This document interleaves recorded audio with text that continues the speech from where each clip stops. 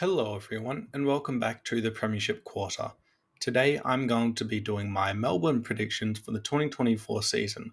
I'm going to be talking about their best 23 that I will be predicting, a couple of their awards, including who will finish top three in them, like the best and fairest, where their off season was at, including their ins and outs, as well as where I have them finishing in the ladder in 2024.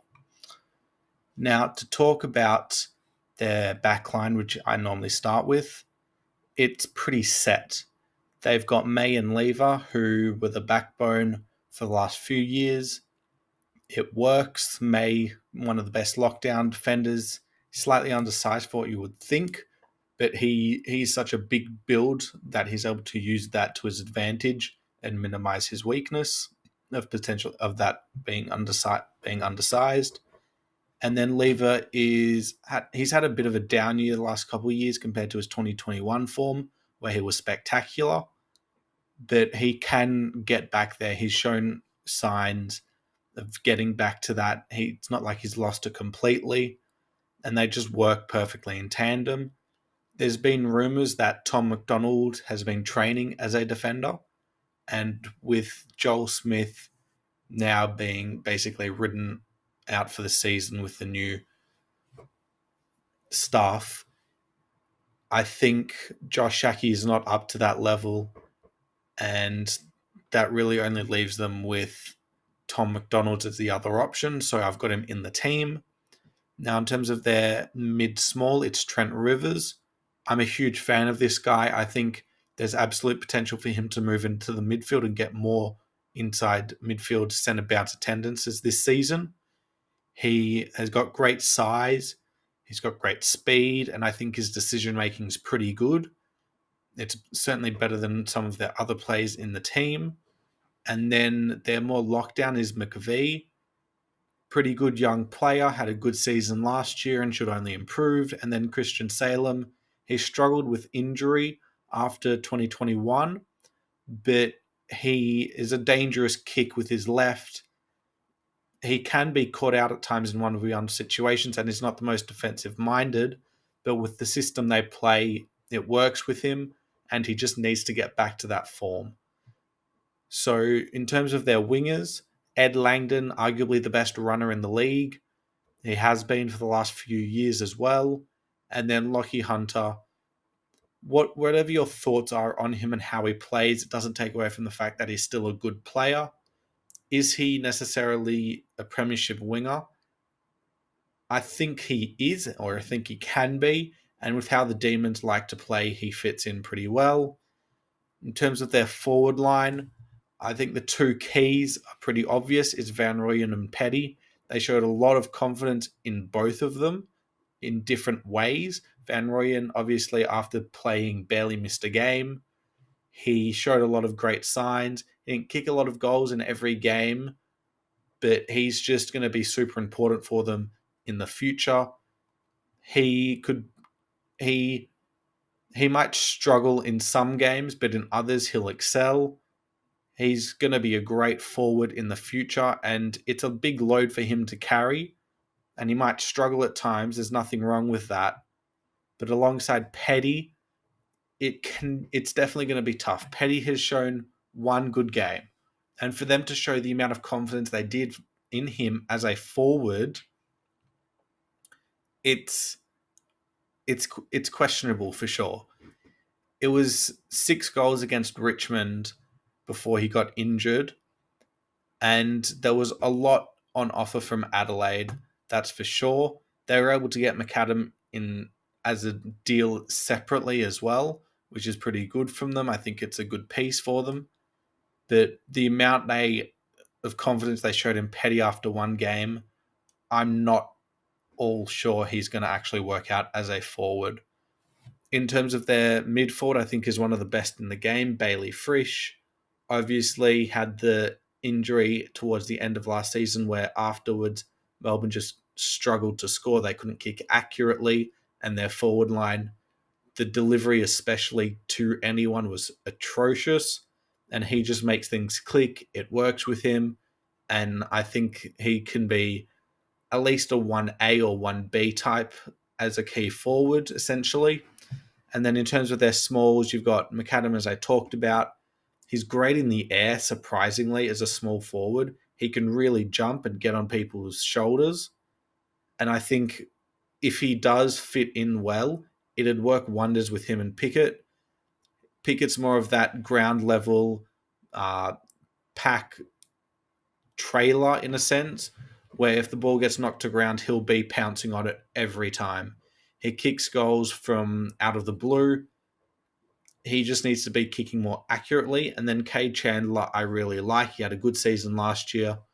Just get better. Simple as that. Internal improvement. He's young. He'll get better. Now, in terms of their midfield, it's gone. Their depth with him is not good. It's definitely not ideal, especially at his age.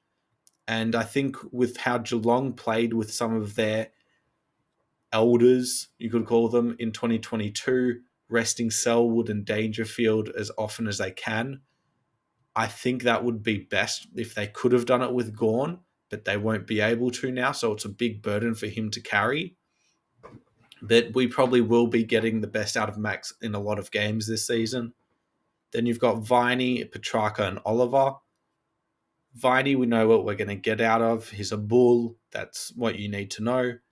Petrarca, same thing. If his set shots are accurate now, which he probably has done work on, it's probably a bit of a mental thing with him, then he's going to be absolutely elite. And then Oliver's the big one. He just needs to. There's something wrong, clearly. There's a lot of rumors spreading with him. He just needs to quieten it in his head and just get back to playing. He played decently in the preseason game against Richmond, and he just needs to find that consistency again.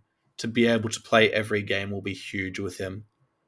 And then on the bench, it's Bowie as that younger half-back flanker. He can switch with Salem in terms of roles. They're very similar. I've got Caleb Windsor playing slightly ahead of Tholstrup and Tom Sparrow. I think they'll trust the young players. They showed they can do that last year. And then they've got the more experienced Neil Bullen and Billings as their last two. They can both play mid, forward, or wing, which is great for them to rotate. And then in terms of their awards, I've got first for their best and fairest as being Petrarca. I think he can kick 35 goals. He can average 27 touches a game. And he can very easily finish top 5 in the Brownlow. If Oliver doesn't play as many games, he's got a great chance of winning it.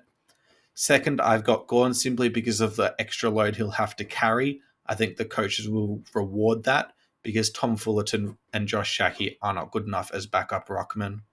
And then third, I've got Jack Viney. They always reward these types of players in the best and fairest, so I've got him third. I've got Frisch probably as a close fourth, and then Stephen May as a close fifth as well. In terms of most goals, I've got Frisch winning it quite clearly. I don't think Van Rooyen will get close to him if they all play the same amount of games.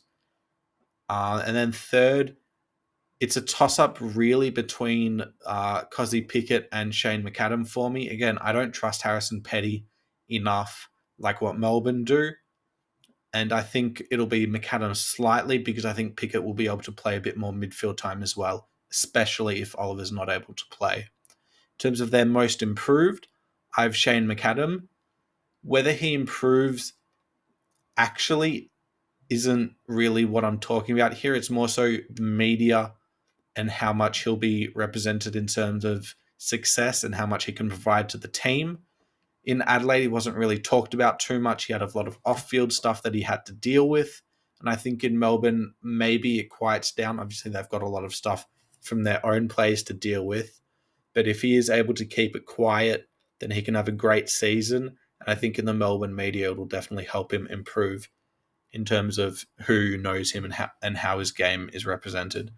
Second, I've got Pickett simply because he'll have more impact in the midfield. He'll be able to be more consistent within games. And as a small forward, it's probably the most difficult position to get into games as. So for him to be able to be playing more in the midfield, it'll mean he'll have more impact, which is where I think he'll improve the most. And then third, I've got Van Rooyen, simply because he's going to be the number two option behind Frisch, but the number one key, genuine, big-bodied forward. And he'll just kick enough goals. It's just internal improvement with him. In terms of their ins and outs from the season, from the off season, they got rid of Grundy as their only real big loss. Jordan was traded, but he wasn't really in team every week. He was their sub mainly, and they drafted Windsor and Tholstrup as two replacements for him. They also got Billings, who's essentially a like for James Harms, I think. Nothing really too big there. And then that's really it in terms of who they lost. And then they got Tom Fullerton from Brisbane. He can be okay for them if someone like Petty goes down and they do need to bring in a bigger bodied forward. He can be a backup ruckman if he's able to improve to Gawn if he was to play, but I don't think he would get over Van Rooyen or Petty at the moment. And then they also got Shane McAdam, who I've talked about a little bit. In terms of where I have them finishing, I have them finishing sixth. It's a slight decrease from where they were last year, but simply because of the amount of off-season issues they've dealt, the very little backup to Max Gawn they have. I think they might struggle at times, but they'll push out wins, and then they'll have a lot of close games, I think, with teams in and around their position where they can win or lose. So I have them playing Gold Coast in Melbourne for their elimination final. It's at the G, which is good for them. I've talked about the matchups in there. I have Melbourne pretty clearly winning. I think their bigger bodied midfielders will get on top. I think Gawn will get on top of Witt. I have May and Lever being probably some of the best defenders to put on Gold Coast forwards. I think the matchups would really go in Melbourne's favours. And then Melbourne's forwards might struggle a little bit in terms of their keys because I really rate Gold Coast key defenders, but I think their smalls will really get on top. I could see Pickett kicking 4 easily and breaking the game completely open. So that's my thoughts on Melbourne. If you have any different, leave them in the comments below. If you like the video, please hit the like button. It'll really help spread my videos. If you enjoy my type of content, hit the subscribe button. And thanks for watching.